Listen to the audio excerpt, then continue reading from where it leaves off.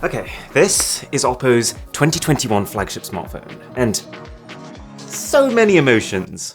It arrived to me in this beautiful presentation box. I gotta say, although you could argue that in the age of supposed eco-consciousness, did we really need all of this just for a paper invitation?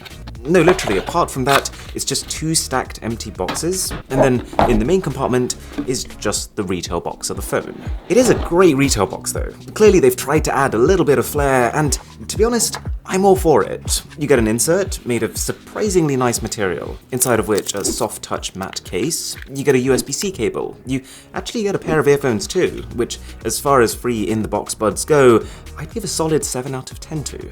And a charger, a full-powered 65-watt charger. So, very tough to complain about this. Then we get to the phone, and I remember when I saw it for the first time, my very initial reaction was, wait, what? This is an iPhone 12 Pro Max. This is an OPPO Find X3 Pro. The OPPO's cameras, they're almost a mirror image, close enough that there is no doubt where the inspiration is from, but different enough that it kind of looks like something's a bit off. It's not quite a square. The spacing between each of these lenses is slightly different. These two are raised, this one is flush, and even though everything else is a circle, they've elongated the flash module. Just generally, this is one of the most polarizing designs I've come across. Because on one hand, I don't think it's particularly pretty. This whole sloping design, I know it's meant to look gracious, but for me personally, I just can't shake the feeling that it's like a skin that I've not applied properly. And for a smartphone whose entire strapline is awake in color, it's just a bit dull. Like, what happened to the gradient finishes they used to have? Or even last year's vegan leather one. I thought that was great. But at the same time, OPPO's managed to make the most comfortable phone I've ever held. And I've held a lot of smartphones. It's this really delicate balance of being slightly thinner and lighter than you'd expect, but with still enough heft to feel luxurious. It's got this smooth matte finish with an almost shocking resistance to fingerprints. Just look at it, it just stays clean. And the fact that the entire back is just one continuous, uninterrupted sheet of glass means that there's practically no risk of your fingers bumping into anything, but at least when you're holding the phone upright. You get the idea. This is the least jabby experience I've had in a long time, which is quite refreshing coming from an iPhone 12 Pro Max, because this phone by comparison feels like trying to hold a shuriken. Okay, design aside though, this was a really tough device for me to review. Normally after I've used a phone for a few days, a narrative just kinda hits me. Some sort of high-level one-sentence summary that I can leave you with.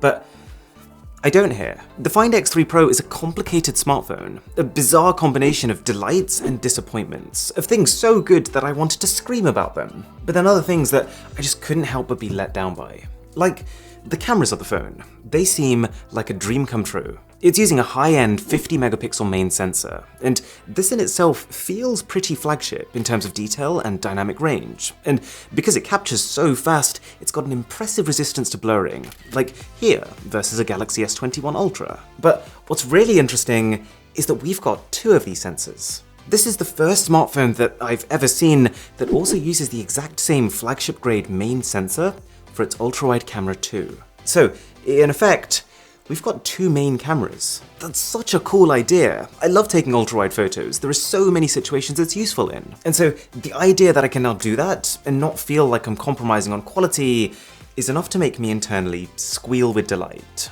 And this feels like a pretty good opportunity to say that a sub to the channel would be radical. I'll squeal even more. But it gets better. This third one is a micro lens camera. Think macro, only to the extreme, and actually done well. You can get so close to objects that it feels wrong. So close that you can easily see the pixel arrangement of a Retina display. So close that you can see every individual thread in a piece of clothing. This is true macro. And because when you get this close to objects, you're kind of obscuring a lot of the natural light, this camera has its own light. Which, when I saw it for the first time, is one of those moments where I could feel this smile creeping across my face, thinking, yeah, that's pretty cool. It is only 3 megapixel, but it's just enough clarity that you could use these photos on social media and it wouldn't really look like anything's off. And they've managed to do all of this and still fit in an optical zoom camera. So, here you go, OPPO. Take my money. Except, This is where it gets a little complex, because yes, this is a good set of cameras, but it's not really what I thought it would be. So, for starters, this whole idea of having two main sensors, I'm not actually convinced it makes a difference. Yes, you can switch between the main and ultra-wide camera, and there's no weird color shifting. But if you really compare the end ultra-wide shots to the Samsung's, which makes no extraordinary claims about its ultra-wide camera, it's really a personal preference which one you like. OPPO goes for a bit of extra sharpness, Samsung goes for a bit of extra smoothness, but I wouldn't say either is really winning. And trust me, I wanted to believe that this would take better ultra-wide photos, but I just don't see it. And it's a real shame because you can tell that OPPO's using a higher quality sensor. Like if you go and record ultra-wide video in super low light, it is cleaner, it is getting in more light. But as soon as you start taking photos, which are more reliant on software processing, Samsung makes up for that hardware deficit without actually even needing high-end hardware. And then there's this zoom camera. Weirdly, I was told it was 3 times optical zoom, but it's looking an awful lot like 2 times to me. Either way though, it's completely minced by Samsung, but also even OPPO's own last flagship, the Find X3 Pro. And even the front camera is a little hit and miss. It can be great, but the dynamic range completely tanks whenever you try portrait mode shots. It really makes you realize just how good the competition has become. To be clear, the fact that in most cases this is trading blows with the S21 Ultra is a compliment. I'm not saying that this is a bad set of cameras, it's just that the things I was expecting to be blown away by, I wasn't. And the thing I thought would be a useless gimmick, this microscope, was actually my favourite feature. Also, I should probably mention that OPPO's built-in photo editor is probably the best I've ever used. Very fast, loads of options. And this leads me on to the main selling point of the Find X3 Pro. Awaken color. This is what you'll see plastered across all the marketing material, and their pitch is basically this. Other flagships can display life in 16.7 million colors. Our phone can do 1 billion. And what they mean by this, if we take away the marketing, is that this is a 10-bit smartphone. To put it simply, every pixel of 10-bit color basically contains more information than a normal 8-bit one would. And so you could kind of think of it as a higher quality pixel. We shoot these videos in 10-bit because this extra information in those pixels gives us flexibility. It allows us to turn footage that comes out like this into smooth, punchy footage that looks like this. The only problem though with 10-bit is that it's not really an industry standard yet. There's tons of programs and devices that just will not support it. And so what's impressive about this is that we've got a phone here that can not just capture in 10-bit color, but can store and read these 10-bit files seamlessly, all while giving you a screen that can show that 10-bit content in its full 10-bit glory. But all that said, I wouldn't be surprised if 98% of users of this phone didn't even realize that was happening. The 10-bit photos look identical to the 8-bit ones straight out the camera, and even when I try to use an editor to exaggerate the differences, it's really not that obvious in this case, unless you're going to try and shoot in a flat color profile, in which case you need all the flexibility. And I guess there's no better evidence of this than the fact that on this phone, 10-bit is turned off by default. Don't get me wrong, it is still great to have that option, but it's just, I don't remember the last time I saw a smartphone get launched whose headline feature was turned off out the box. And that brings me to this display, which is an embodiment of this entire sentiment. Because on one hand, it is a technical marvel. Quad HD plus resolution, 1 billion colors, 120Hz dynamic refresh rate, HDR10 plus, up to 1300 nits of brightness. I could keep going, but at the same time, the general consensus I got from people was that it looks good. Not amazing, not mind-blowing, but good.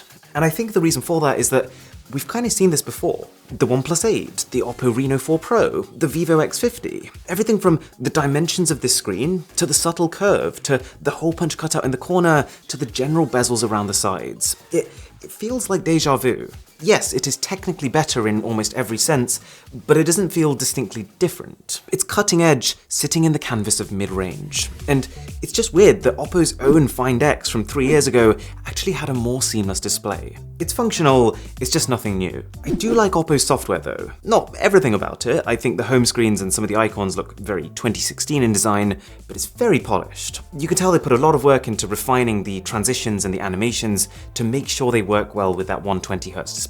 Plus, it's hugely customizable, and the menus are both pretty and functional. Like, it's so quick to change wallpapers here that it makes Samsung and Apple solutions look cumbersome. And it is just all round a well-spec'd, fast phone. Snapdragon 888 chipset, 12 gigs of fast RAM, 256 gigs of fast storage, which is double the industry standard. You get a 4,500 mAh battery, you get wireless charging, you get an IP68 rating. So, hopefully you're starting to see why this was such a tough phone for me to review. Because it is brimming with interesting features, good ideas, and some genuinely groundbreaking innovation. But it's just, for each thing it does well, there is a slightly different asterisk next to it. And as a result, I'm not really sure who it's for. It's £1,099 here in the UK, so it is priced like an Ultra phone. And while it does have impressive specs, for me, it is outdone by the S21 Ultra in just about every important category. Overall camera performance, battery life, audio, and display. The OPPO does have merit. It's packing that same performance into a much more ergonomic shell, and that microscope camera is how to do a feature properly, but it just feels a bit lost in the middle. If you wanted Pro, the S21 Ultra is definitely more Pro. And if you just wanted a slim, fast, high-end phone, then to be honest, you could get away with the S20 FE for half the price. Or wait and see what OnePlus has coming, because if last year was anything to go by, then they might be about to drop a phone that is about the same as this, but cheaper.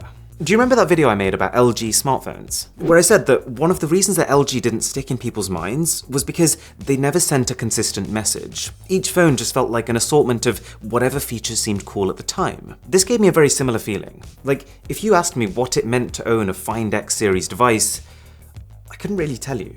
In 2018, OPPO announced the first Find X, and they said, look at our stunning gradient finish, look at our beautiful seamless display, no notches, no distractions, it's beautiful. Yet, in 2021, we have a completely different looking, very plain phone, with a hole punch on the front. Last year's Find X2 sold us on the idea that zoom was really important on a phone, and that vegan leather and ceramic finishes were the way to go. But then, this time they were just like, forget that, it's all about microscopes, and glass. Now, this isn't really a criticism of the Find X3 in particular, but I just think the fact that I could lay down all three Find X phones, and the only apparent thing in common between them is the logo, is detrimental to the brand itself. How can someone build an association with what OPPO flagships are all about if they're all about different things? And the implication of that is that as I've been using this phone, I kind of feel like I'm beta testing features. That instead of doing a few things exceptionally well and pushing them continually forward every generation to become a leader at them, like zoom or displays or even finishes, this constant change in direction gives the impression that OPPO just tries things, sees what the reaction is, and then drops them. Sometimes killing features that people actually liked. Now, the sponsor of this video is a company called Morning Brew, and it's probably not what you expect. It's not an app or a service or any kind of paid subscription, it's an email newsletter. So here's the idea. You pop your email address into their site, and then once per morning, Monday to Saturday, they send you a 5-minute summary on everything important in business and tech. And I like the ideology behind it. Because it's being sent to you, it's a very easy way of substituting checking Instagram first thing in the morning to learning something that you can actually talk about with people. So this morning it actually had a section about Twitter super followers, how Twitter is going to let people charge their followers to see some of their content. And the idea is that if creators can actually make money from Twitter, then they might actually put some effort in and create some decent quality content, which might draw more people to Twitter as a platform. It's an interesting topic. Anyways, check the link down below to sign up. It's free, it takes less than 15 seconds, and it's a good way of staying on top of things. Thanks so much for watching. My name is Aaron, this is Mr. Who's the Boss, and I'll catch you in the next one.